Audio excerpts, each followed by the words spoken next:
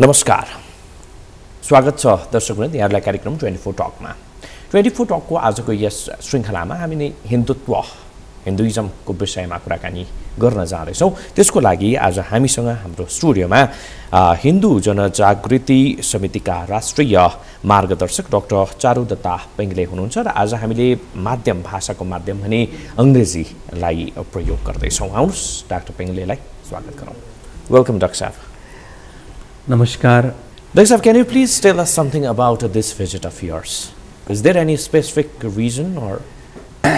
The aims and objective of my visit since last 10 years in Nepal. We want to exchange our views, exchange knowledge, exchange our problem, and want to discuss the solution over that.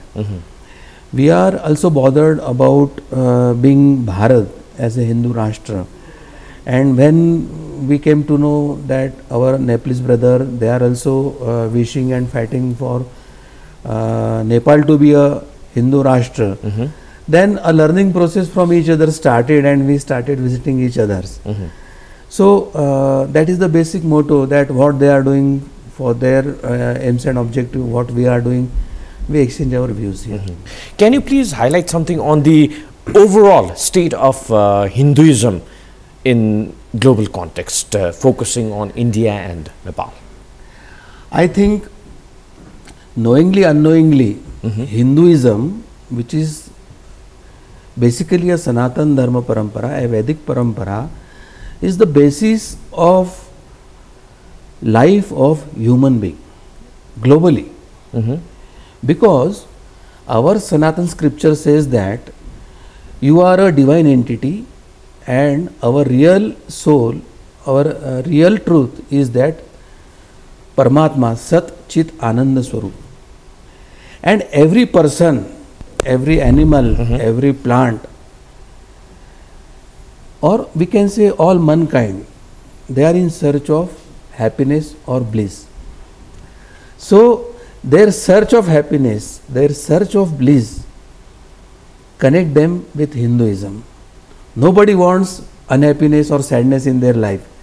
So this is the basic, I say, foundation of Hinduism for all mankind globally.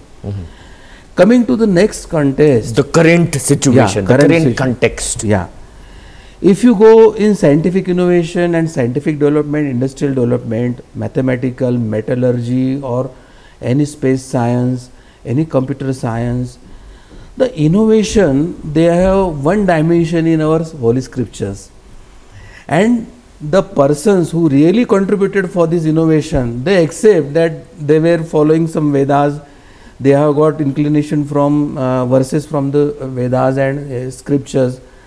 Or indirectly, Western people, they say that we have got it from Arabic or Egyptian civilization. But Arabic and Egyptian civilization, they say that we have got it from Hinduism. That is Hinduism, isn't it? Hinduism, Bharatvarsha. Sanatan civilization.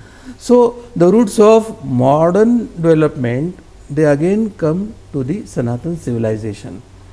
This is the second where Hinduism is globally connected. Is it flourishing or is it in the backward trend?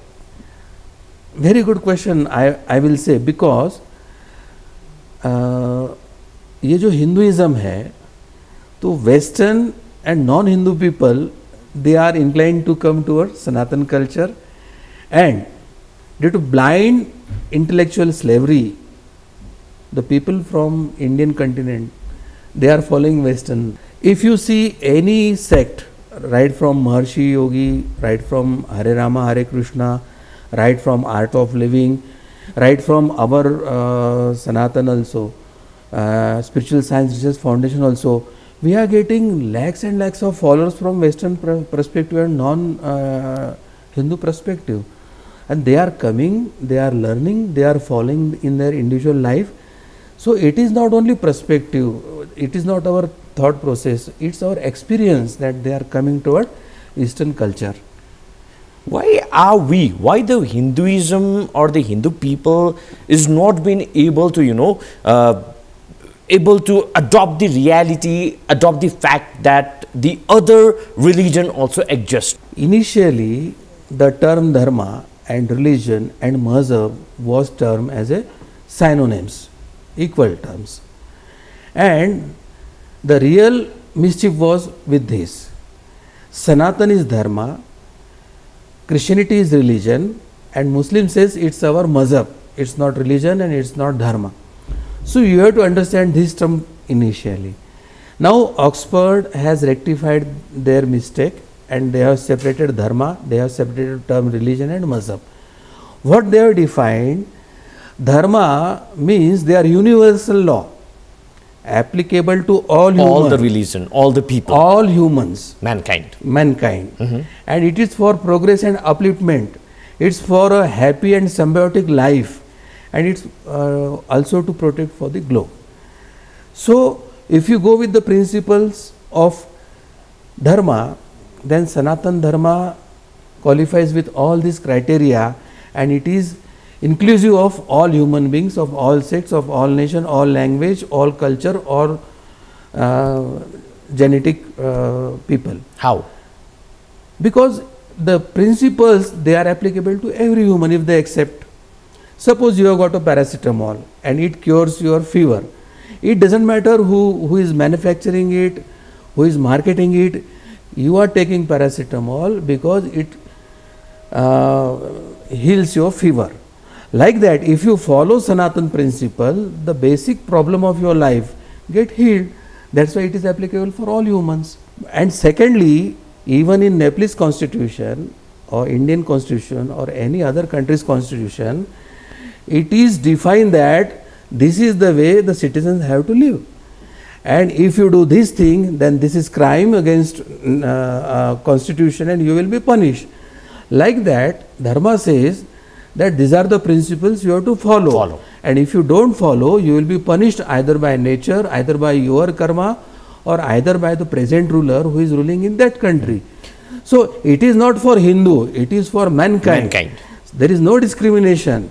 And you have given example of Krishna. You know that when Krishna's successor, they were not following dharma, Krishna himself has killed his successor and Dwarka was destructed, and then he left his life. Yadav isn't it? So dharma is very clear. It is not discriminating. It's mind, it's others.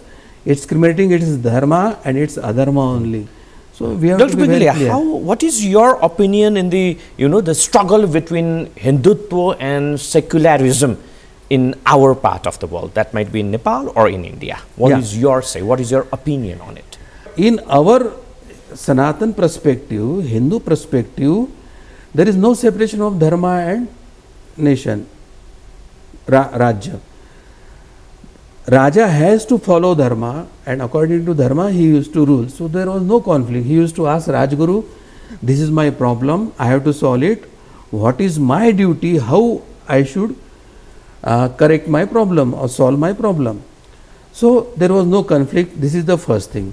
Secondly, if secularism means equal distance from all religion or love with all religion, then there is a long history of Sanatana Dharma Hinduism where Parsis, Jews and other many people who were exodus from Europe and other country, they land up in India, they are still there in India, and they have never any conflict on the basis of religion with Hindu.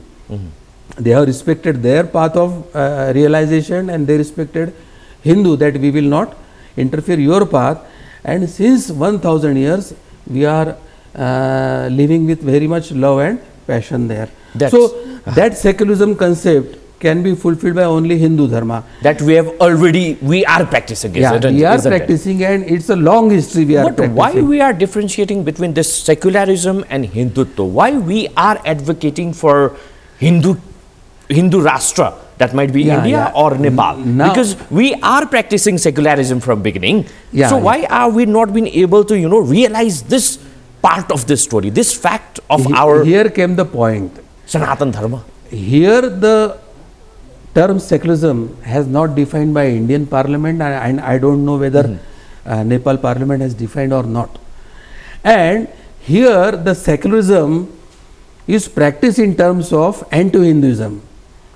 In Indian constitution, in name of democracy, they have denied the right to the majority Hindu population, which they have given to the minority population under Article 28, 29 and 30. They have given right that minority, they can have their religious education at the cost of government money and government institution. But on the other side, they have denied it to majority population. So this is discrimination, this is not secularism. When fundamental right says that the state will not differentiate any person or any sect on caste, creed, religion, language or state. and different things. Here openly they are discriminating in name of minority and majority.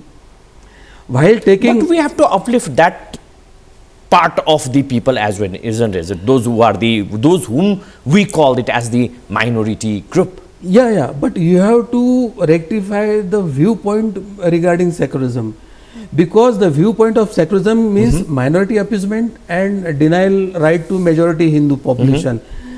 That adulterated thought process need to be rectified.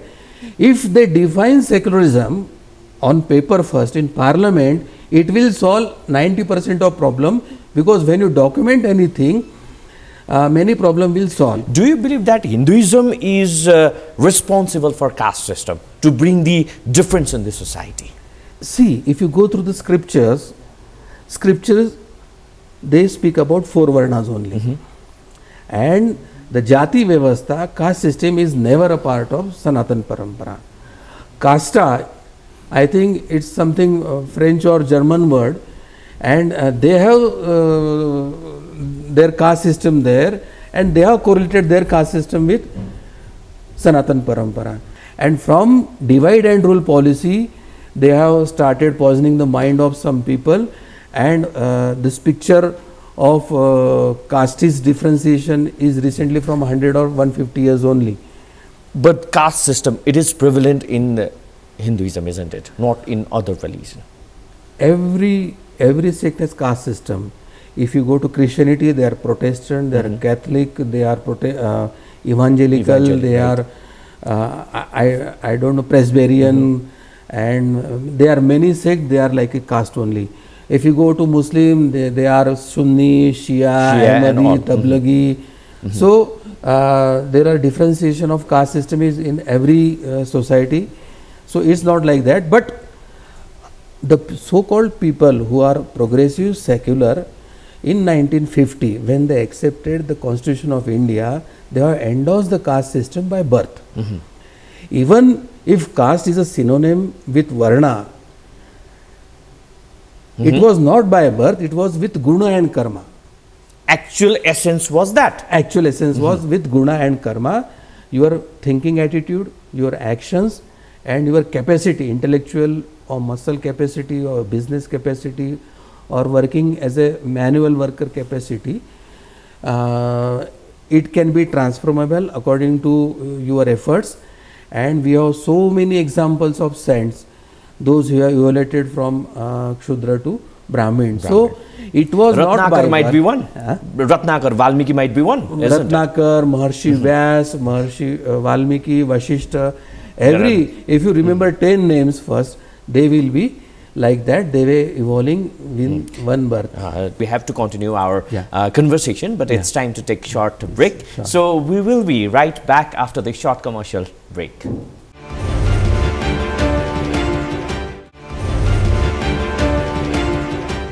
स्वागत छ दर्शकहरू, यहाँलाई आज हामी 24 टकमा doctor Charudatta पेङ्गलेसँग हिन्दुइजमको विषयमा कुराकानी गरिरहेका छौं। फेरि पनि उहाँलाई स्वागत गरौँ। वेलकम वन्स अगेन डाक्टर साहब।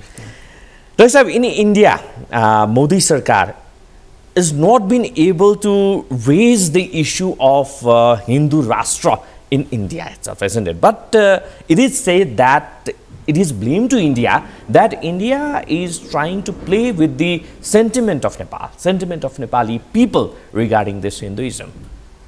Do you believe in that or not? मुझे तो ऐसे नहीं लगता है कि ऐसे कोई राजनीति हो रही है. India is a democracy. Democracy run by votes. And when people's intention, now they are demanding Hindu Rashtra, all political parties, they have taken granted that the emotions of nation is going towards Hindu Rashtra, and slowly all political party, they are in favor of Hindu Rashtra. You have to accept Recently, it. Dr. Pingale, recently the sacred stone, Saligram, is taken to India from Nepal, Kaligandak, isn't it? Just to make the idol, the murti of Sri Ram. What is your view on it? See, modern interpretation is always in form of diplomacy. And Sanatan interpretation is always in the form of faith. And from lakhs and crores of years, when Shaligram is a form of Vishnu, we accept it. Since time immemorial, we are worshipping Shaligram, right, as a icon of Vishnu, and being Ram, Avatara of Vishnu, the Shaligram stone is the basic need. So, intellect always interpret in the form of diplomacy, and faith, belief, श्रद्धा. मैं faith नहीं कहूँगा क्योंकि faith फिर भी कम पड़ता है हमारी श्रद्धा को. तो हमारी श्रद्धा और आस्था मुक्तिनाथ भगवान विष्णु और उनके चरणों से निकलने वाले शालिग्राम के दामोदर कुंड से जुड़ी हुई है. ये माता गंडकी, काली गंडकी नदी से जुड़ी हुई है.